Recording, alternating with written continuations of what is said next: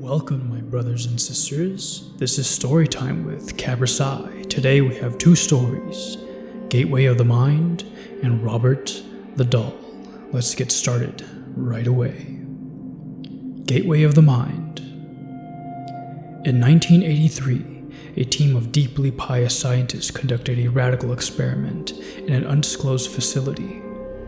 The scientists had theorized that a human without access to any senses or ways to perceive stimuli would be able to perceive the presence of God. They believed that the five senses clouded our awareness of eternity, and without them, a human could actually establish contact with God by thought. An elderly man who claimed to have nothing left to live for was the only test subject to volunteer. To purge him of all his senses, the scientists performed a complex operation in which every sensory nerve connection to the brain was surgically severed.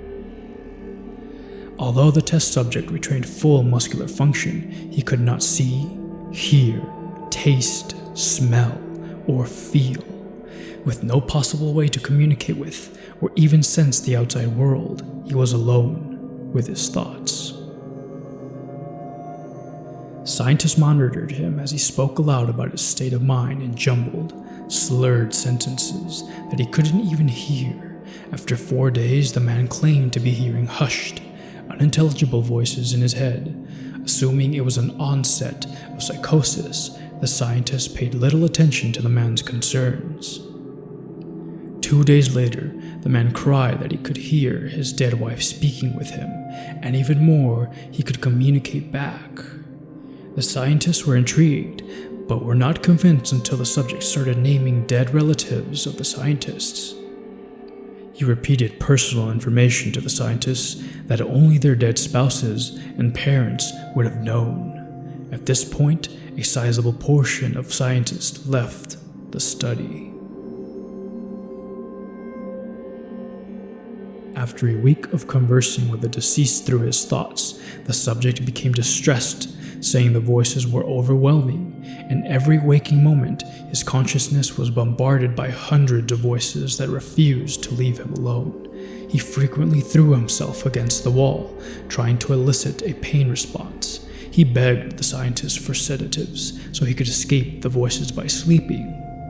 This tactic worked for 3 days until he started having severe night terrors. The subject repeatedly said that he could see and hear the deceased in his dreams. Only a day later, the subject began to scream and claw at his non-functional eyes, hoping to sense something in the physical world. The hysterical subject now said the voices of the dead were deafening and hostile, speaking of hell and of the end of the world. At one point he yelled, "No heaven, no forgiveness."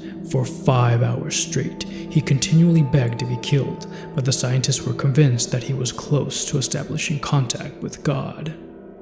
After another day, the subject could no longer form coherent sentences. Seemingly mad, he started to bite off chunks of his flesh from his arm. The scientists rushed into the test chamber and chained him to a table so he could not kill himself. After a few hours of being tied down, the subject halted his struggling and screaming. He stared blankly at the ceiling as teardrops silently streaked across his face. For 2 weeks, the subject had to be manually rehydrated due to the constant crying. Eventually, he turned his head and, despite his blindness, made focused eye contact with the scientist for the first time in the study. He whispered, "I have spoken with God, and he has abandoned us." And his vital signs stopped. There was no apparent cause of death. Robert the Doll.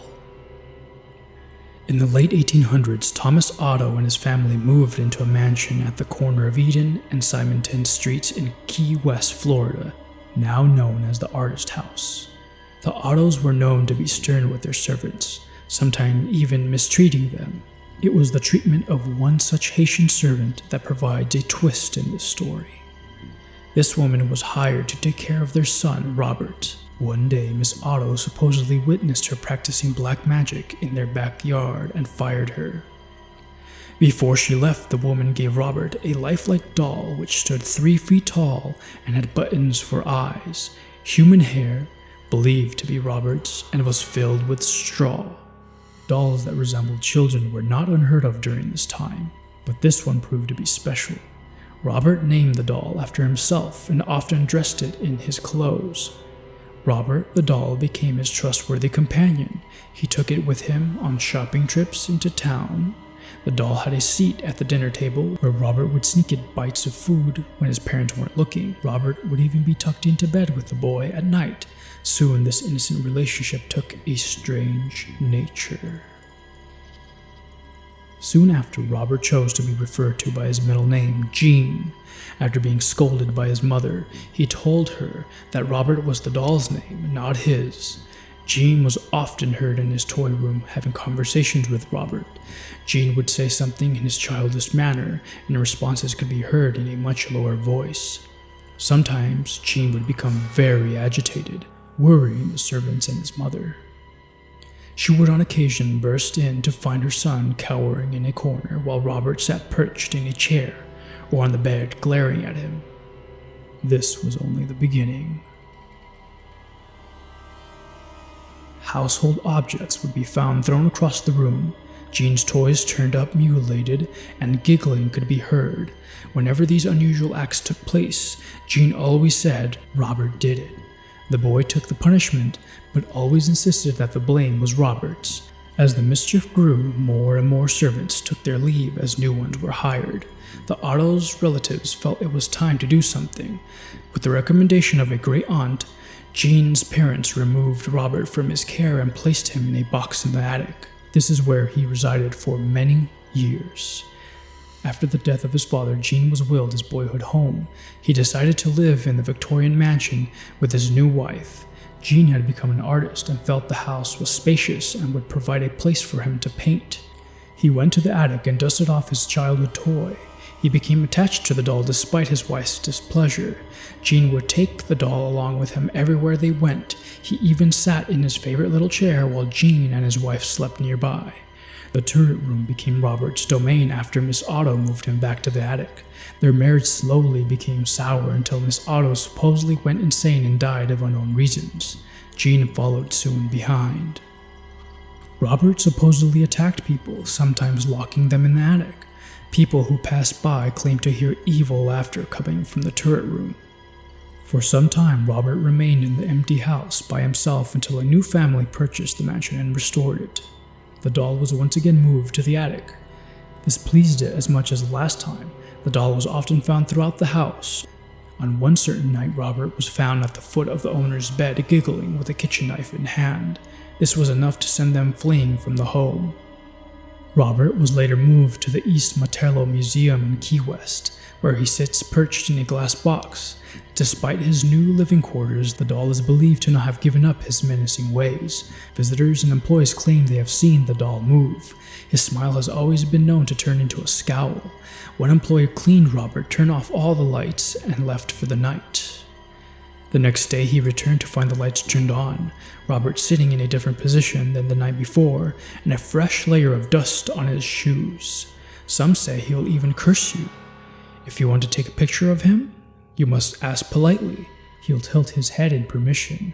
However, if he doesn't, and you take the picture anyways, a curse will befall upon you and anyone who accompanied you to the museum. The same will happen if you make fun of him. To this day, Robert remained at the East Martello Museum in the sailor suit, clutching his stuffed lion, continuing his menacing ways. And there we have it, our two stories, Gateway of the Mind and Robert the Doll. I hope you enjoyed your time here.